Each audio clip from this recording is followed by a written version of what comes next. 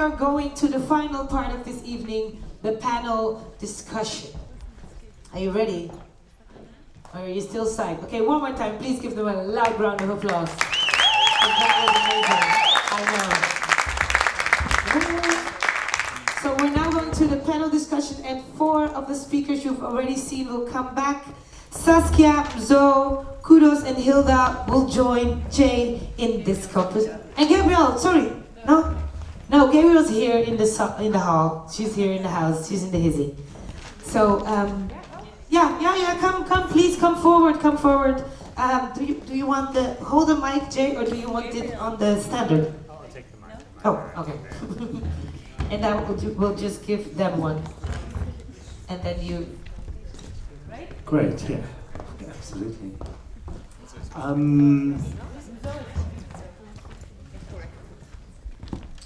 Okay, well, that was an extraordinary selection of input into this idea of activism and art, which was the topic, but which also just meant that we are running out of time because if you had so many perspectives. So I have quite a range of questions, but I thought I would, if there are burning questions from the audience, you've all been through each one of the presentations, and Gabrielle is here, as well as Dina, who's a part of one of the projects. So if there is any question that you might have already, I'm prepared to give you my mic and then to ask my own questions.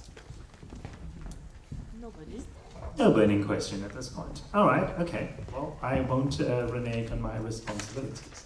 So, thank you. I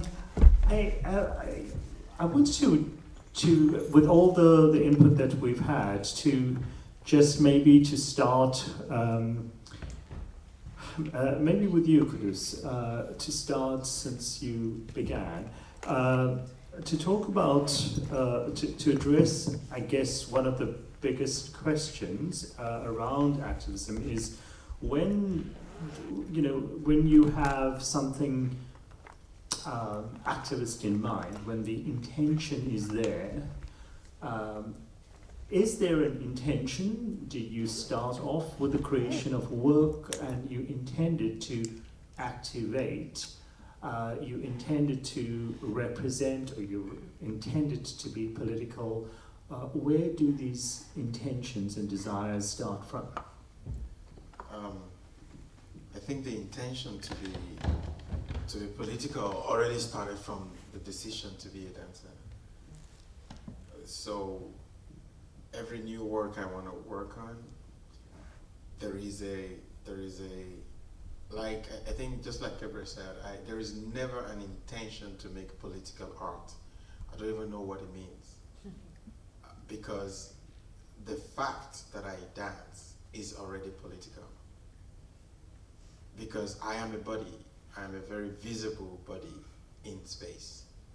And that itself is a political act, the act of taking space with this body and everything that it represents, and the history and the vision and the imagery it throws out into the audience.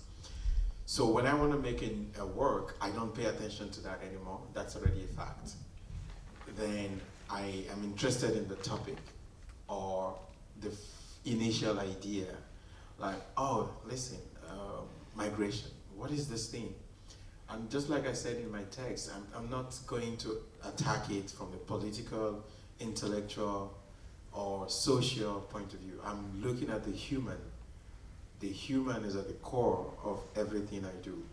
So I'm looking at the human, which the most visible expression of the humanity is already written in the body. So even the question of migration, what enters into that journey is the human body. So I want to zoom into that body and look at how the body suffers, how the body expresses itself, how the body cries, how the body drowns, how the body is being rejected, how the body breaks down. All of that is what I'm interested in. So we start looking at images of those bodies and we begin to compose if you watch Europa, really, I don't even know if it's a dance piece. Because in some other situations I would say, dance is not a protest. Dance is not a drama. Dance is not a poetry. Dance is not politics. Dance is not sociology. Dance is not anthropology. Dance is dance.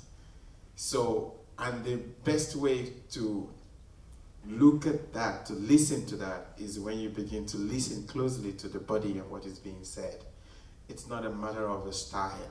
I don't do style of dance. I just listen to the topic, what I want to say, and how the body is expressing that. Great, thank you. So Hilda, to take that a little bit into your own work, there is this notion of memory, that memory is not so much about the past, but really about the present. And I think that comes through a lot in your work in the tracing of these, very obviously there are events, massive events that happened in society, and they are erased for a particular reason. I think those of us coming from colonized countries understand how anxious countries are to erase the notion of colonization, even though the epic continues way after the fact. So I just want to ask from you then, in terms of the form of what you do, these one-on-one conversations, it was extremely moving. It was also extremely moving in its extremely moving in its sensitivity. When we think about political art, when we think about activism, we think about large scale, right? We think of large scales, like thousands of people storming the parliament and thousands of people walking. If we don't have thousands of body, we don't really have a protest, right? And you've completely scaled it down. Can you talk to me a little bit about scale? Yes, interesting. Also in how I was saying earlier about like tourism mobs, they also come in massive ways. I think, again, to refer to what Kudus was saying, but also Gabrielle, about this notion of like doing activist, or like calling this work activist. In all honesty, I'm seeking conversation. I am learning through making the work, and I need to listen to those people, and I need to practice as well my agency and reverberate it with other people's agencies. I'm not claiming to know what is way to enact solidarities, or to a way of resistance apart from listening and learning from each other and going on that level. I think in particular,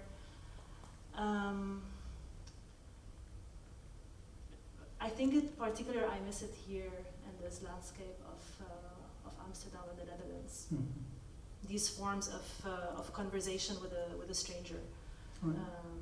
But on an intimate level, on really finding their political positions and those memories and why, and speaking to those very young people who it was their first protest or the demonstration when they broke into Mahdin House, the university campuses, and they were like 19 and 20, and speaking really vulnerably about their first political act in a way.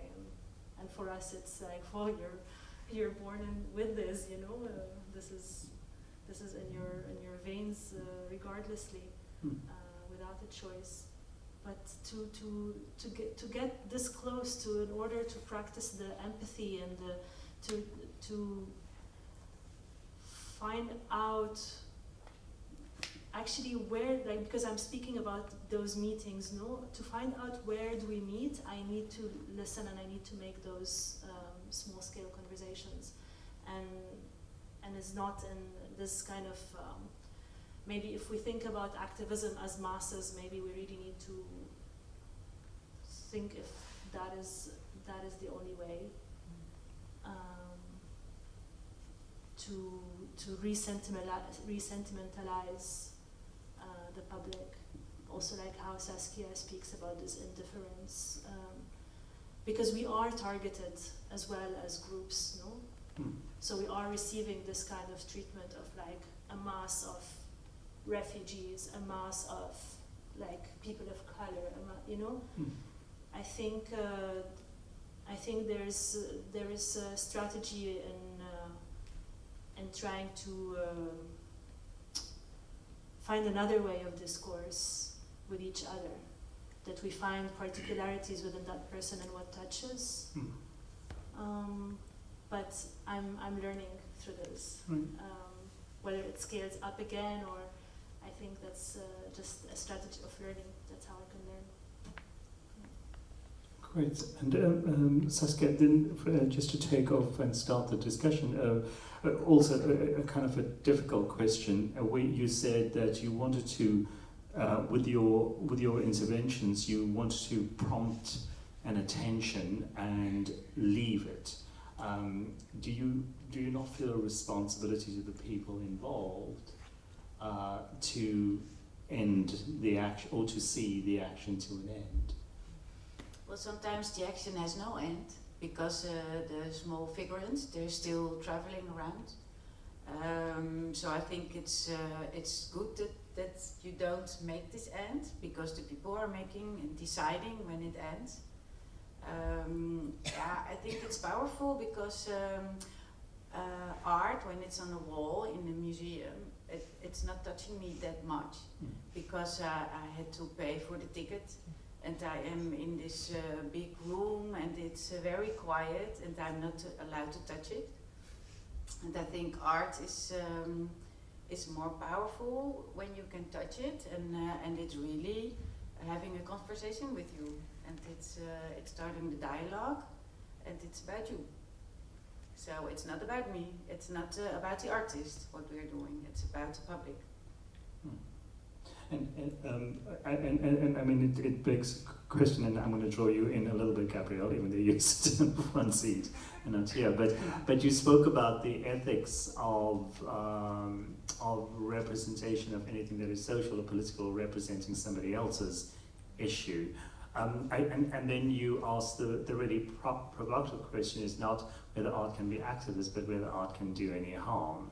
What harm do we do as artists? And I think it's a really important question. I just wanted to know if you can just talk a little bit about that in relationship to your own work, because you are dealing with a range of different human beings with histories who then go through a degree of exposure. And how do we work around that? Sitting in the front seat doesn't let you off the hook. No. Well, I suppose if I respond to that, but located specifically in relation to my own work, hi everyone, I would then have to, well, it's about taking account of the subject matter that my work grapples with. So my work is grappling with very difficult subjects, that being racialized. I'm not coming. Okay. Thank you. Didn't want to come up here, but thanks. So, I mean, yeah, the capacity for art to inflict harm. My work in particular deals with very difficult subjects, that being and approaching the suffering, pain and trauma experienced by individuals who have been subjected to racialized, sexualized and gendered violence. And so, as Jay rightly points out, if one is to then approach that nature of subject, and that these individuals, what they have already been subjected to, it's about, well, how can, in attempting to not tell stories, because I don't believe one can do so when approaching such difficult subjects. There's a limit there when it comes to trauma and pain. But when approaching these subjects, how does one do so without further re-inflicting harm, pain, violence? And also perpetuating a kind of culture of victimization.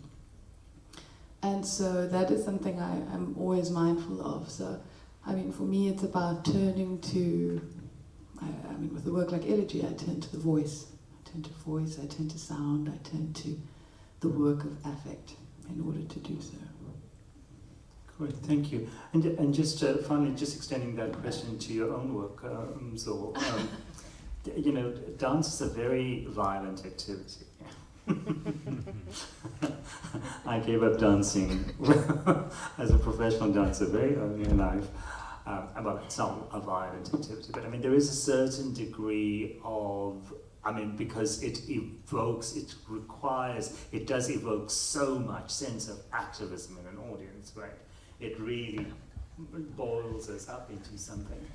But at the same time, in order for that to happen, there is a certain level of following and or being on time. It's not maybe what I want to do, but I have to because the choreography says I should.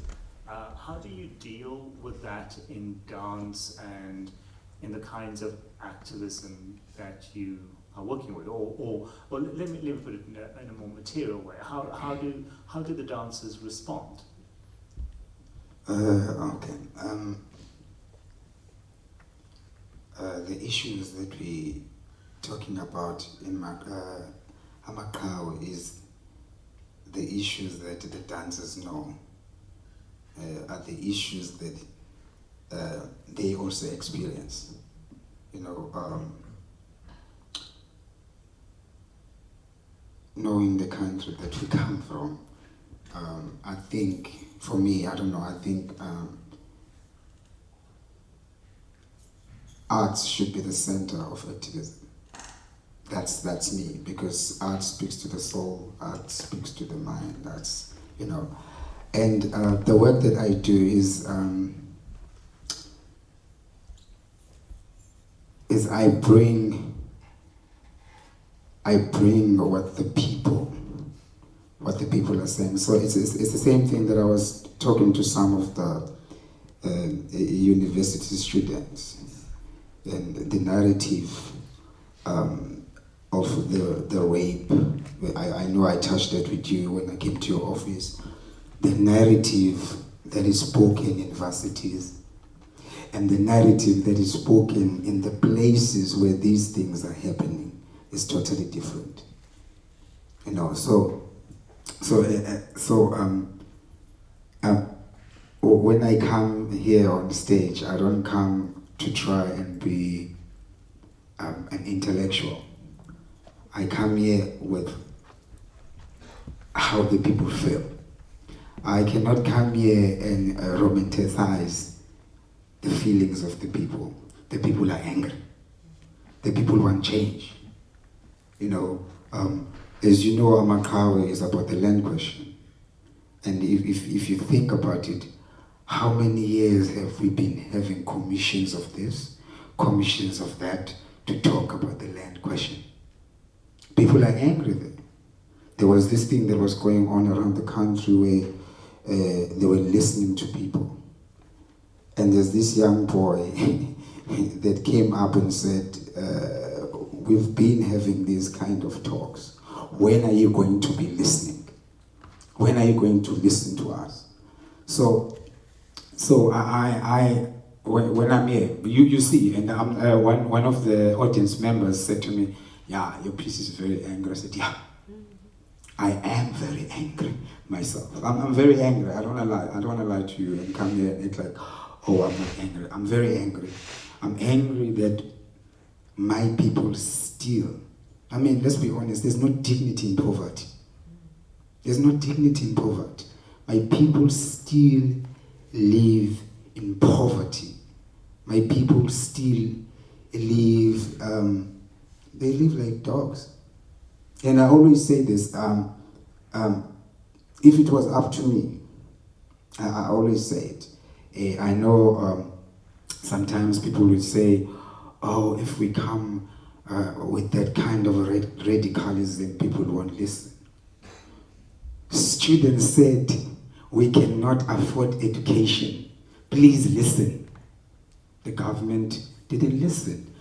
What the government did, the government's response was to what? To shoot them. The miners said, we want to be treated like human beings. and the government response was to shoot them. You know, and knowing the country that we come from, you can't just romanticize things. You need to believe in what you want to talk about, and you need to put it straight. You know, like the last part that you see of Makawi here, if you look at it, it's young. It's young language. It's a language these young ones do in the township. That part is when they say, you might have killed those 35 miners in Marikana. You might have jailed Kaya Tegesha for wanting free education. You might have killed Rasmus Zuma for occupying unused land. You might have killed Nene Mambush Nogi, shot him 14 times. But we are here. And as young one, we are saying, we are coming for you. And we are going to change the country. And it's a must. And just to say that you know, when you said this thing about not being intellectual, the bodies are, you know, are stores of intellect, and so it's not. I mean, just because it's not laced in a kind of a academic discourse doesn't mean that it's not intellectual. I mean, just to. But he was my student at one point. Jay was my teacher. Not anymore. I'm not responsible for that. Any questions? I love you, Jay. Any questions from you? Yes. No, I just have a question for Hilda, because your work is... Yeah, Hilda, your work, the specific work you were talking about, really puts in this dialogue between two parts of the world, between Cairo and Amsterdam, between London, Amsterdam and Cairo. Can you say something about making these links or connecting these cities within your work and the kind of purpose also within this framework? It came in parts, in the sense of the further that we are going on with this project, the more layers that we are discovering of what those links are telling us. So in the beginning, it started really being located of me being based in Amsterdam and Dina from Egypt, and wanting to connect those two places in order to find out if there is a link of what there is. And as we worked through it, also being aware of the narrative where people say trouble happens elsewhere and here we are okay,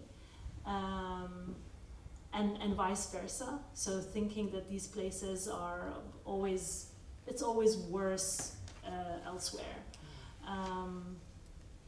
or perhaps from Cairo thinking that that here is no problems are happening, or people even here thinking that no trouble is happening, being completely apathetic about engaging in political discourse. And then moving on with the work, we realized this further political link actually of how those events are linked to each other. They did happen similar period of time between 2010, 2011, and further continuing. And as we went to London this year, we realized, as I said, like one person who had linked it to what's happening with Brexit now, and linking it all economically, like world power is money, war is money, is about greed. And once that crashed, once there was suddenly all the scandal of the banks in 2008 financial crisis, politics started really to change. Europe really considering it became way more cutting on everything that social, like that was social budget or social funds, fortress Europe became even stronger in that discourse, and the political allegiances, international, happening, eventually on the backs of the poor, basically, just ripping that money again from the poor. It was not redistributed, or the people who had robbed this money, those were not the ones that were put in jail. It was just, and you see this politics, the authoritative regime is again, the people who are rich are always getting away with it, you know, even in Egypt. They're not bothered by inflation, perhaps, no, like, and also here, people are you still see who are the people who are going to education. Those who can afford it now. It's no longer that of like a public, something that is available for everybody. It really became clear, like, especially now with London, that what we are doing is sort of mapping the repercussions after this 2008. Like, this is so far how it's appearing, actually, because of a political shift and a particular shift in world politics and power dynamics. Thank you. Is there a follow-on question? I have a question for, sorry, I forgot your name, for the Saskia. Because you are putting art really in public space, how do you decide how far you go with the art piece, and how does, I mean, for example, in Amsterdam, does the government has anything to say by that? Do you have to sort of, can they say like, no, that's going too far, or how do you decide what you can show or not show?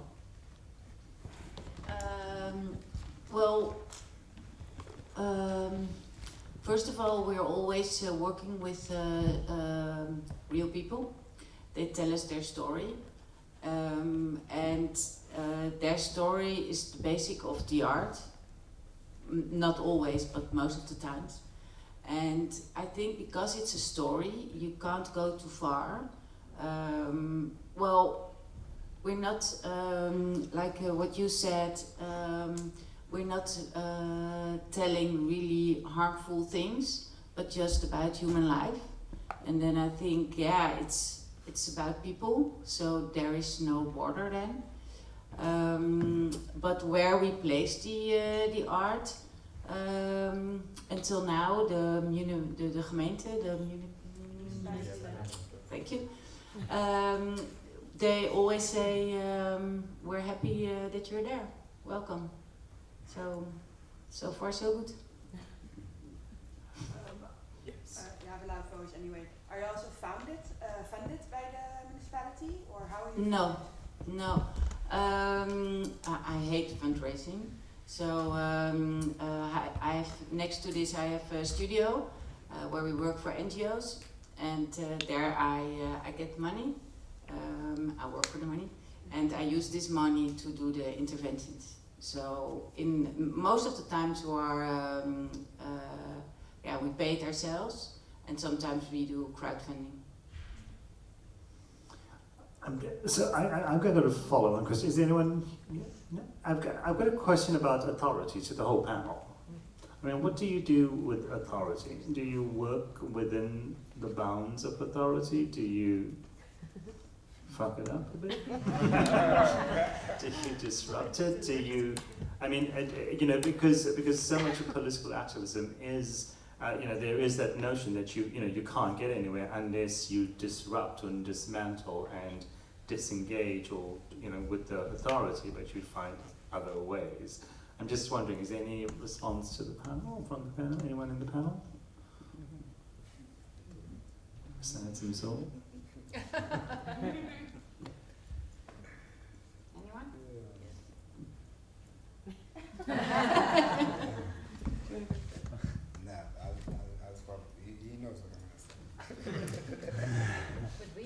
I suppose for myself, I would say that I would read authority as being synonymous with a mostly patriarchal, misogynistic society.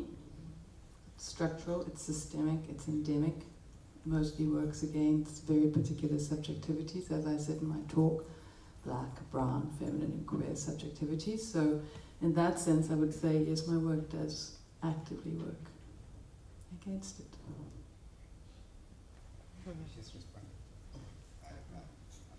I think to be able to shift or disrupt the structures, institutional structures, structures of memory, structures that are everything that she said, there is no other way you can work, which is very strange. You cannot work without it, and you cannot work with it. So you need to, in my own case, you need to be smart enough, and I think that's the work of the artist. That's why I feel like art is more interesting for me than activist space, because I feel the activist space is a kind of a equal partner with authority, creating another kind of authority in front of the authority. So they almost, in my opinion, they almost speak the same language, but the antithesis, like the other, the thing and its other. And I think art manages to bypass the pillars that has been placed there. And sometimes you mess it up, sometimes you play with it, sometimes you ignore it, sometimes you treat it as a partner. And for me, and to be constantly on the move, to constantly think on your feet, is what I find really exciting about the kind of work we do, especially in Lagos, where we want to close down the main number one street in Lagos. Only the authority can give you the permission to do that. So you play with that. Just like she also said, they are happy to give it to you because they don't really know exactly what you're doing. And to play with those limits is to constantly focus on the goal and on progress within our own definition of what progress actually means.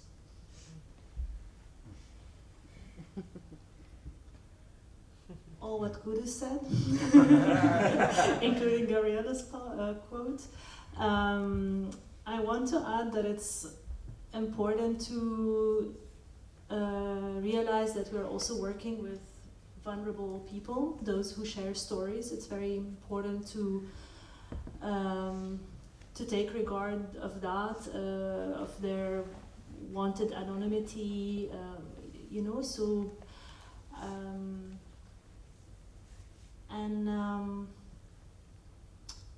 I think similar to what I said as well before, claiming central public space is very important as a place of political engagement and discourse with the public, and being aware always what narrative is taking over. And Gabrielle also talks about as the ethics of engagement. Yeah. And then when that narrative is dominating, what is being glossed or dismissed or erased? So on the account of what is this narrative being dominant? Just being sharp on that, and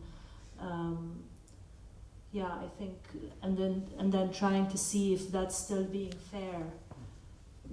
Why is that being dismissed? As you said before as well about like colonial tactics. Why is it being dismissed on the account of what?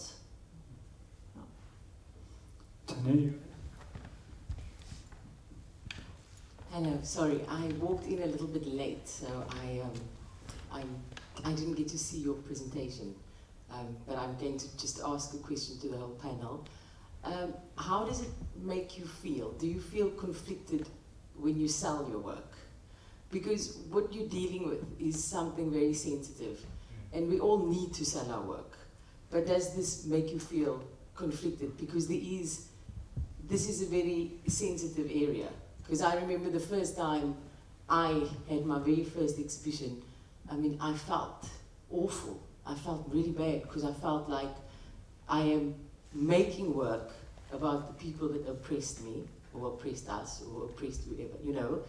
And the only people that can afford to buy it is the very people that oppressed me. And in that, I felt like, what am I turning our tears into something else? Because at the end of the day, how many people that we're trying to reach can afford to come and see?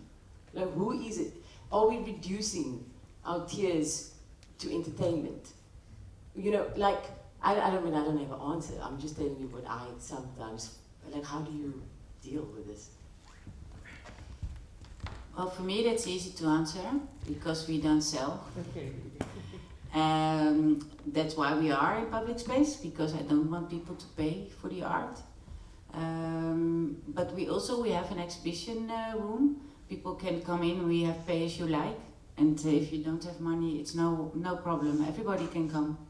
And yeah, pay what you can pay or what you want to pay. You don't have to all respond, but if you... I'll skip or just say like something. It's quite a pertinent question. It's very also like some people when they were asking about funding. So it's if you're not selling the work, where you're getting the funding from is quite as well important to recognize which power models you're working with and if that's a choice or not. So it differs as well, like in what kind of commodity. If you're selling a commodity, that's the end. But also in order to have made that money that allowed you to make that work or be here present, also to sift what you're working, who you're working with, and I mean it's quite an issue sometimes. No, not quite an issue. Like something as well that happened very importantly in South Africa about the boycott and sanctions. Like this is also on a larger level, not only individually, but like being aware of politics, governmental. Even sometimes public funds are not innocent, no? Like it's which government is coming from. Yeah, I would say that especially in the situation with the state of Israel and the BDS movement, that it's quite an important weapon to as artists that we can press. Make pressure with. Exactly. I think it's a very important question that many artists have, get to really think about. In my own practice, I sell a lot because my responsibilities are much in Lagos. And for me, I think I really don't see my work as commodities. I see it more in the space of services. I'm providing a service, even to all the audience in the room. When they come to see my work, I consider that I'm providing a service to them, and I think they should pay for it. And for me, because of the amount of work, that the privilege, especially because actually I tour mostly in Europe and in America, and I think the amount of privilege that they enjoy is as a result of the suffering that we are suffering on the continent. So when I am touring my work, all the artists that I tour with, they are really aware of why we're doing this and what the purpose of this is. That is to say, the amount of money that was stolen from Africa for centuries ago, they are here. And most of the people in this room, they are enjoying from that. And they have to pay back gradually. It's a very important question, Tanya. I'm very mindful of the market and the economy, and particularly in relation to my own work. So being mindful of that, I choose not to make a lot of work. I'm not prolific. I spend years on each body of work, and I spend years researching it and seeing out each body of work. and my work doesn't sit very easily within the commercial structure. I'm not art fair ready in that sense. My gallery comes to me and I never have a work for them in that sense.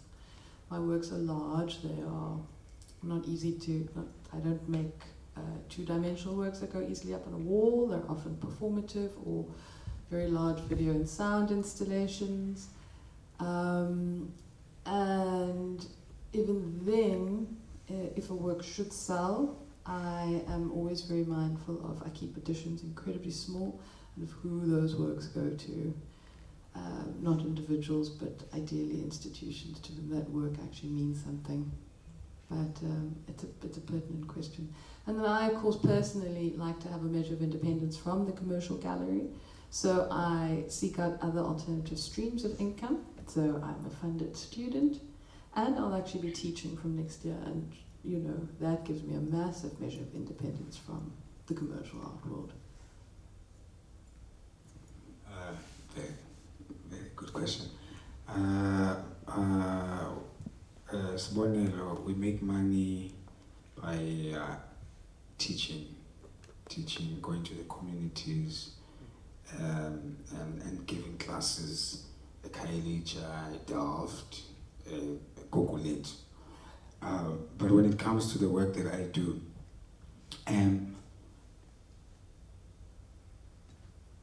for me, as you were saying, how you felt having to sell your work to the people that oppressed you or whatever, to me, I think they need to be reminded all the time. It must be put there.